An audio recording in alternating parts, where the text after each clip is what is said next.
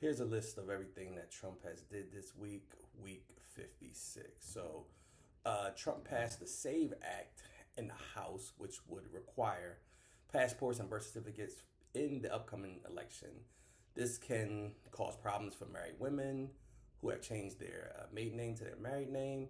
And this also would impact the 20 million people who do not have a passport or birth certificate to verify their citizenship. So let's be clear, this is not a voter ID law.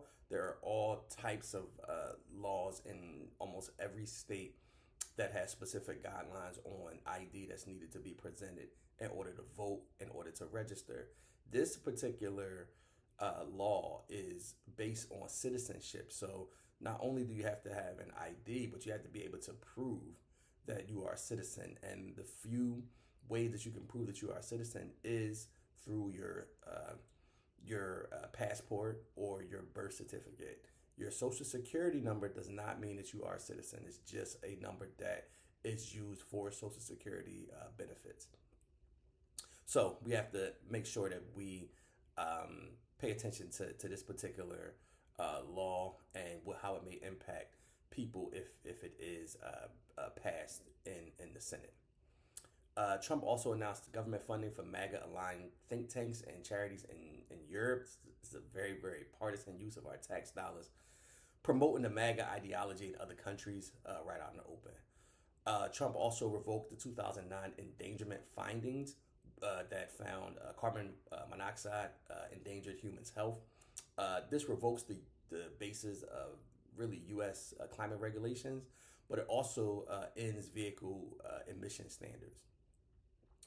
There was also a revision to the jobs number, which was revised back close to 1 million, which means that we've actually lost jobs since 2024. The only jobs that were gained were in the healthcare sector, which makes sense because we're an older aging population that needs those services. Trump also is removing a rule from Obamacare to combat fraud. He didn't really explain what that meant and what particular fraud was being combated, but the Trump administration does propose his new Obamacare rules for 2027, and this would produce higher deductibles and lower monthly payments. It would essentially mean if you got into an accident or major health issue, you will be paying more. So paying less with your monthly payment, but more in terms of deductibles if you are having an issue. Obama banned that, so people wouldn't have kind of like a false sense of having health care. Before Obamacare, you could get health care for very cheap, but it really would not cover you if you had any type of major health issue. Next thing, Trump started making a list of judges to be impeached, mainly because these judges had ruled against Trump in the court cases for his administration. Trump kicked the Democratic governors out of his annual meeting. Every year, all of the governors in each state come to the White House for a meeting, but Trump kicked all of the Democratic governors out. He eventually let a few attend the meeting, but there were a couple who he just refused to let in the meeting. One of them specifically, Wes Moore, the governor of Maryland. Trump attempts to block the opening of a U.S.-Canada bridge. And he simply is doing this because a Detroit billionaire, whose last name is Moron, yes, that's really his name, lobbied him to do it. The billionaire didn't want traffic to be taken away from his bridge that he owns and operates. Trump is to propose to cut $600 million in public health grants to Democratic states. Trump also killed another two random people for boat strikes in the Eastern Pacific. This is happening so often that it's not even news anymore. Trump removed the pride flag from the Stonewall Mountain Memorial in New York. That's pretty much the purpose of the memorial, is a memorial for gay pride. That's essentially the reason why the monument even exists. But Trump had his folks remove it. Luckily, the folks in New York eventually put their own gay pride flag, just to represent that particular moment in history, the Stonewall Mountain Memorial. Trump also said that Benjamin Netanyahu should be pardoned for his corruption charges in Israel, which is kind of ridiculous because, I mean, How do we know what he's being charged? What kind of evidence they have?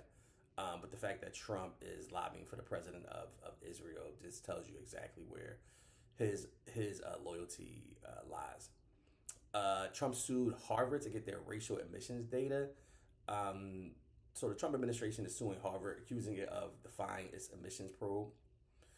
Trump administration and Pam Bondi says they will not be charging anyone in the Epstein documents. And one of the reasons that she tried to deflect was she said that the stock market is doing great. And just in great American fashion, the day after she said that, the stock market took a hit. So she kept saying that the stock market is at 50,000, and then immediately it went below 50,000. A couple of court verdicts to note. An appeals court is going to allow Trump to continue stripping deportation protections. A judge temporarily halts orders requiring Trump to unfreeze tunnel funding. I may have mentioned this last week, but pretty much it's the block of a block that blocks the block. So this is still going to be in court. Trump is trying to, trying to freeze the funding for this particular bridge tunnel in New York, and it keeps getting challenged and unchallenged. So we'll have to stay tuned for that one. A judge rejects the deportation of a pro-Palestinian PhD student. A federal judge strikes down California's mask ban on immigration agents, but says it may be reviewed. A grand jury voted to reject Trump's indictment of Democrats and Congress. The U.S. attempted to prosecute these six Democratic Congress people who made a video saying that military members did not have to follow unlawful orders. A judge blocks Trump's administration from cutting $600 million in public health funds from blue states.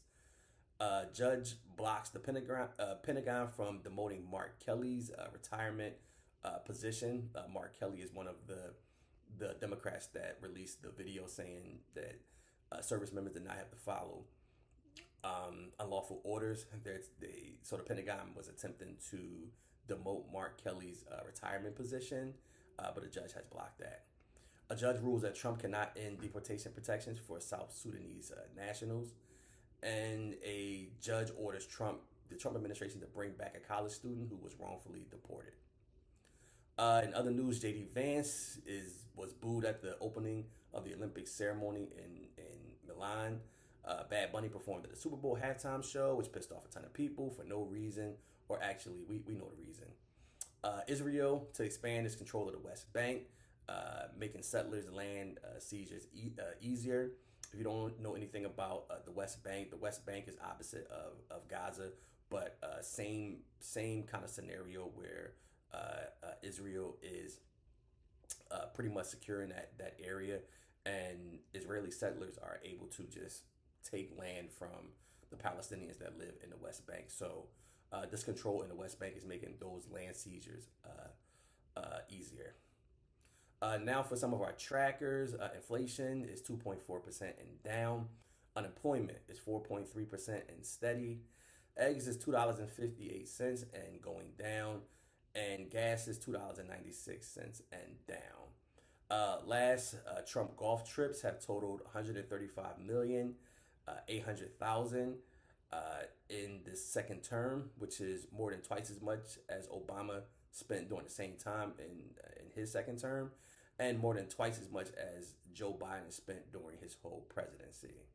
So that's it for this week in Trump. Hope to see you guys later. Peace.